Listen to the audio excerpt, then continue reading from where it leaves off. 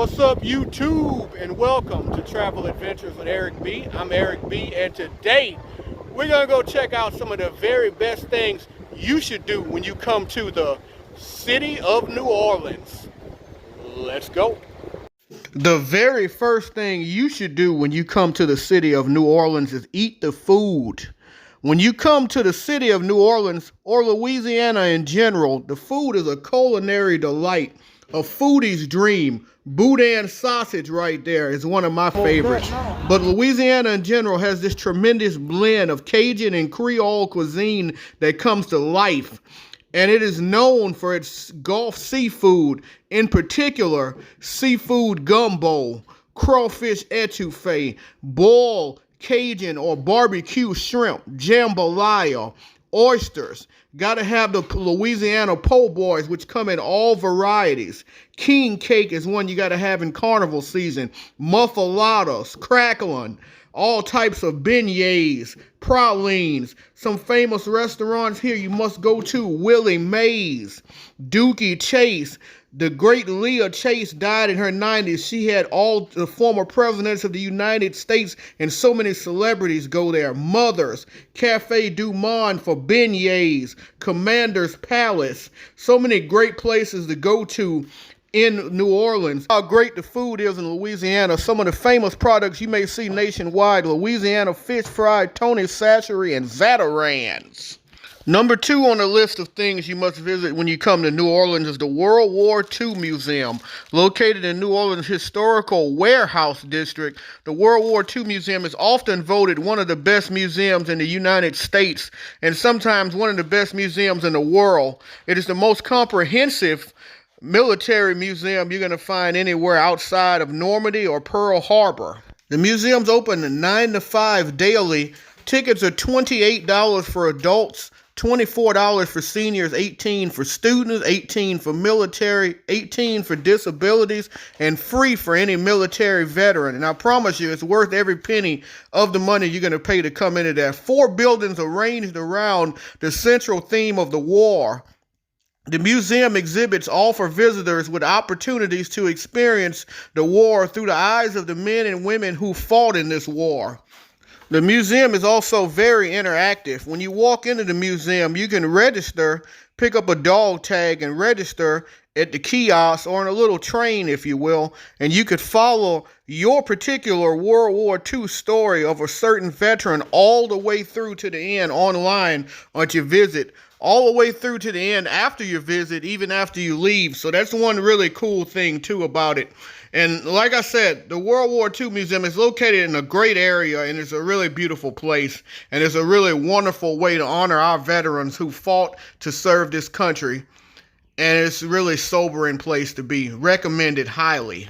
Number 3 is the architecture of the city. And in the architecture of the city, I'm going to include the cemeteries, because the cemetery architecture is a very unique in Louisiana. Cemeteries in New Orleans are built above ground because New Orleans is obviously below sea level, and there's a lot of flooding that could take place in New Orleans because New Orleans is called the Crescent City because it's shaped sort of like a bowl, if you will. So to avoid all of the issues with flooding and the bodies rising above, that's why you have these above ground cemeteries. Now, in terms of the building architecture in New Orleans is 300 plus years old.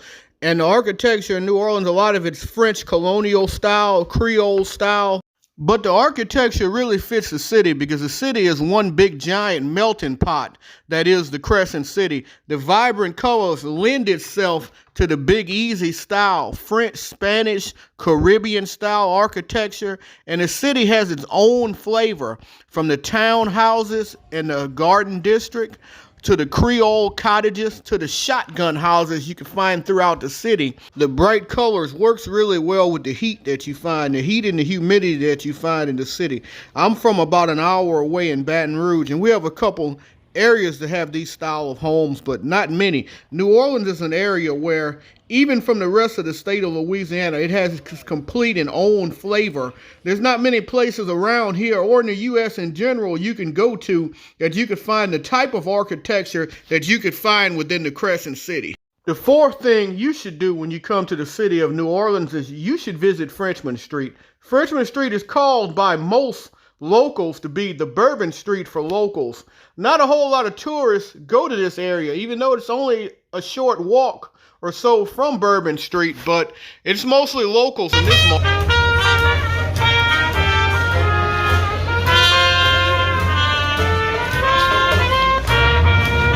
This area is about a 20-minute walk if you choose to make it from the French Quarters. It's not too far a walk from the French Market if you want to do a little shopping at the French Market a little further down from Jackson Square. About maybe a 10 to 15-minute walk. But this is a good little area to get away. There's a lot of little shops. There's some restaurants here, lots of live music, a lot of antique shops and everything. It's also another spot where you can really people watch and enjoy the architecture of New Orleans. It's a place where the city really comes alive. And like I said, a lot of people don't know about this as far as tourists. This is somewhere that I would definitely recommend if you're a tourist, because this is a lot of the locals. So this is a lot of what the real New Orleans is. Frenchman Street's deep in the heart of New Orleans.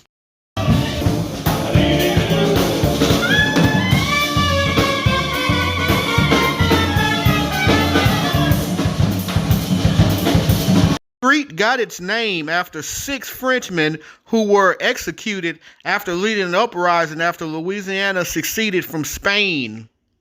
The number 5 recommendation is to go on the Riverwalk. Go on the Riverwalk, one of the best aquariums in the country. The Aquarium of the Americas is on the Riverwalk. And not just the Aquarium of the Americas, one of the best in the country. You also have a lot of other things to see out on the Riverwalk, out on the muddy Mississippi River. But certainly a very busy, vibrant area, beautiful out here, especially on a lovely day when it's not raining like this particular day. A couple things you must see as you come out here to the Riverwalk: the Holocaust Memorial, and you also must see the statue of Malcolm Waldenberg, as this park is called Waldenberg Riverfront Park. Named after Malcolm Waldenberg, who gave $5 million, him and his wife, for the foundation of the Audubon Park Institute, which includes the Audubon Aquarium. Waldenberg was a Canadian-born philanthropist who moved to New Orleans back in 1941, started selling wholesale liquor, ultimately created Republic National Distribution Company, which, if you live in Louisiana, I don't know about the rest of the country, you've probably seen the liquor trucks, the Republic National Distribution Company. Those came from Waldenberg. Waldenberg's been a huge member of the New Orleans community. Number 6, basically if you're on the Riverwalk, you're going to run into number 6, and that's Jackson Square. You got to visit Jackson Square. Everybody knows about the big statue of Andrew Jackson right out in front of the beautiful St. Louis Cathedral. It's one of those things where if you've ever seen pictures and images of New Orleans, you've seen it before. But Jackson Square really comes alive with all of the beautiful art, and it comes alive with the beautiful statue, and it comes alive with the beautiful St. Louis Cathedral. In 1960, the square was declared a National Historical Landmark for its central role in the city's history as the site where, in 1803, Louisiana was made U.S. territory pursuant to the Louisiana Purchase. And you can find that lovely statue of Pope Francis right outside of St. Louis Cathedral, commemorating his last visit to New Orleans and the cathedral. You just love the open space, the art, the music from the buskers, just hanging out, sitting around on a bench, enjoying the food and taking in the culture and just sitting back, laying back and enjoying yourself. The city's called the Big Easy for a reason. Things aren't very fast here, very fast paced, but guess what though? You know, they do everything with love here within the city. So, you know, you just sit back and just enjoy yourself. Go get a carriage ride. Go hang out. Also, make sure you're taking in water if you're coming in here during the middle of the summer, because don't just take in a bunch of alcohol and get sloppy on those hand grenades and hurricanes from Pat O's.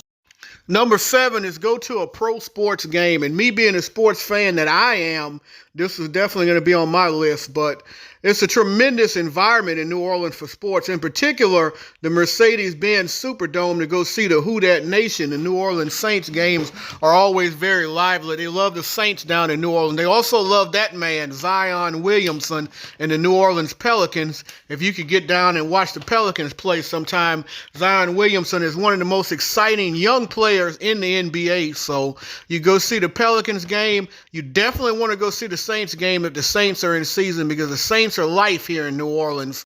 Also, for my friends who may be coming from Europe, if you like rugby, there's also a rugby team here in the NOLA, and they are called the NOLA Goal. You can go check them out. Minor League Baseball took a little sabbatical. The New Orleans Baby Cakes, they're the team here in New Orleans. They're not playing right now, but from what I understand, they are coming back. Or minor league baseball coming back in some capacity. But yeah, definitely want to check out a Saints game. Definitely want to check out a Pelicans game if it's Pelican season.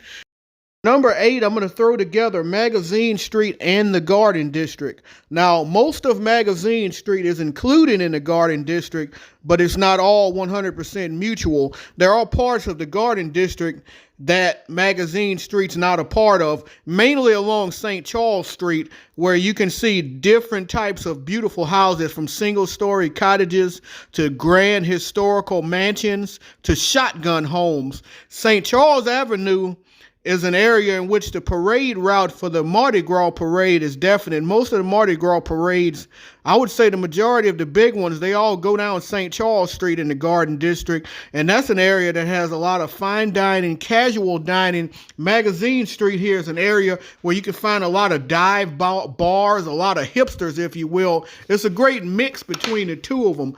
Magazine Street is definitely a little bit of a different experience than what you would experience in the French Quarters. And you also have a lot of boutique shops and antique shops and things like that. So if you're into the antique, maybe some old record collection, some different things, and the architecture, of course, is fantastic. Just like the rest of New Orleans, this is an area that you have to experience. The streetcar is a good way to experience this area as well, as you could take the streetcar down Magazine. You could also take it to St. Charles area. This whole area is basically covered with the streetcar. I recommend, for $1.25 a ride, and having to deal with all of this traffic in New Orleans that I don't recommend you dealing with, I would recommend you park your car, go get the streetcar app, and then figure out where the routes are and take the streetcar around these areas and go check out New Orleans. Go check out these areas of New Orleans, because I promise you, you won't be disappointed if you make a trip here and you go check out the Garden District and Magazine Street. But you will be disappointed if you don't.